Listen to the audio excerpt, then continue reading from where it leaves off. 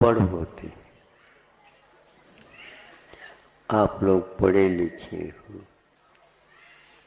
और तीर्थंकर अपढ़ होते, यानी उनकी पढ़ाई कहीं भी नहीं होती और आगे भी ऐसा ही रिकॉर्ड रहेगा। जिसको कुछ समझ में नहीं आता उसको समझाने का विधा है, विद्यालय में जाकर के करो, किंतु उन्हें उस अवस्था में रह करके अच्छे अच्छे उलझी हुई समस्याओं को भी वे अपढ़ हो करके सबके समाधान दे देते हैं। बड़ा अद्भुत है यह युग। एक प्रकार से वैज्ञानिक युग माना जाता है। इसी के ऊपर उसका व्यक्तित्व निर्धारित या पहचान किया जाता है। देवों में भी कहीं सुनने में मिलता नहीं, वो भी पाठशाला या विद्यालय जाते हो। इतना अवश्य आ जाता है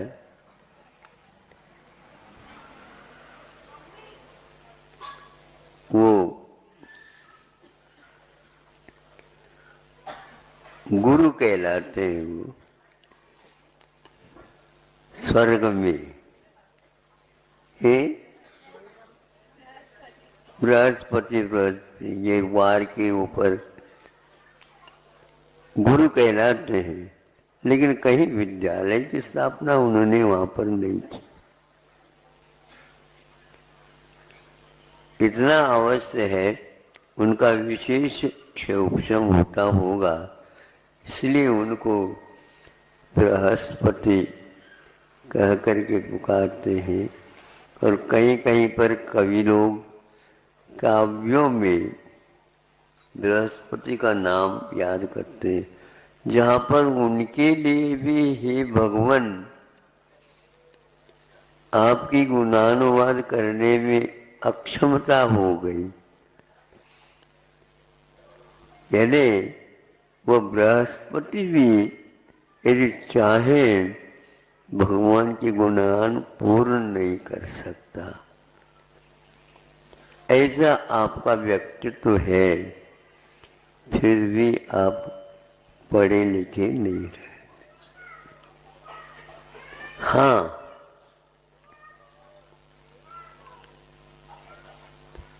समझ में नहीं आता ऐसे नहीं, समझते नहीं, इसीलिए विद्यालय खोल करके उनको समझाया जाता है। और समझाने के उपरांत में जिसको समझ में, तो हम तुम जैसे में उनका समावेश हो जाता है।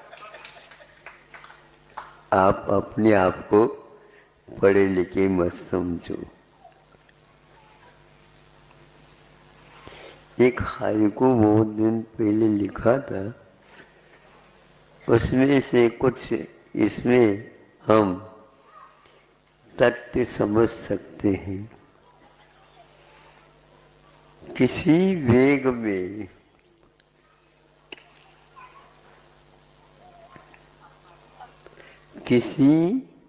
वेग में अपढ़ हो या पढ़े, अपढ़ हो या पढ़े, किसी वेग में दोनों समान है।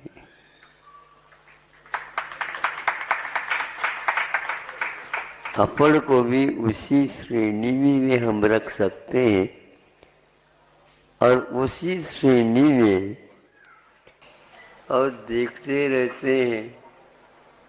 और इधर से जब हम तुम देखते हैं तो न ही उन व्यक्तियों की हम गिनती कर सकते हैं और न ही उनकी खिड़कियों में कौन खड़े हैं, दरवाजा में कौन खड़े हैं, और रेल के, सुन रहे हो आप, रेल के डिब्बे कितने हैं उनकी गिनती भी नहीं कर सकते, क्योंकि वह वेग में है।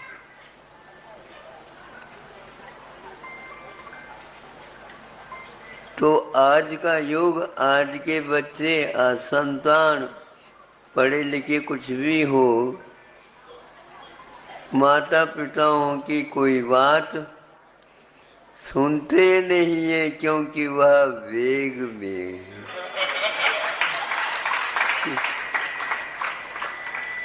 बहुत वेग में। माता पिता सोचते भैया कुछ कहो नहीं तो इतने वेग में स्टेशन को भी पार करके चले न जा। कई गाड़ियां कुछ स्टेशन पर रुकती हैं और कुछ गाड़ियां वेग होने के कारण और वहां से पहले से प्रबंध कर लेती, सिग्नल क्या बोलते हैं, वो डाल दिया जाता है, तो उसको रुकने की कोई आवश्यकता। ये वेग की बात मैंने आपके सामने रखी। उद्वेग, आवेग, वेग। अब आ जाता है इससे विपरीत, वह अपड़ है, और जिसके पास संवेग है, जिसके पास निर्वेग है, और वह उस संवेग के माध्यम से, निर्वेग के माध्यम से दूसरे को शांत कर सकता है, किंतु उद्वेग के माध्यम से शांत को भी अशांत किया जाता है। आप कौन सा कार्य कर रहे हो बताओ। ध्यान रखो, ज्यादा करोगे हमारा माथा तप जाएगा।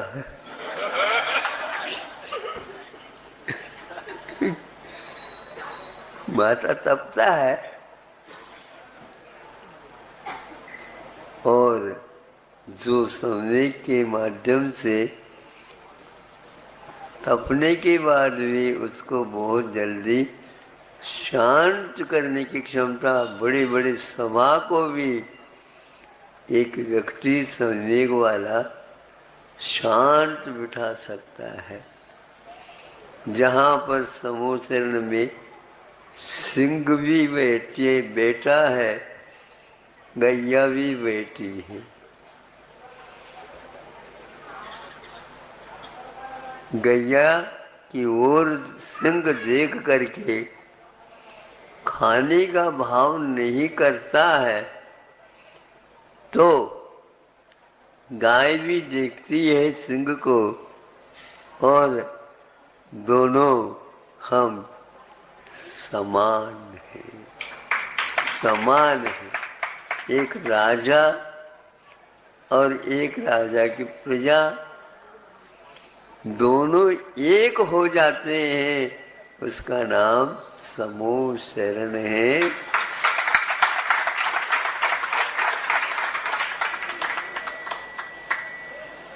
हमें कुछ करना नहीं, हमें ज्यादा कुछ पढ़ाई करना नहीं, बस वेग को देखते रहो।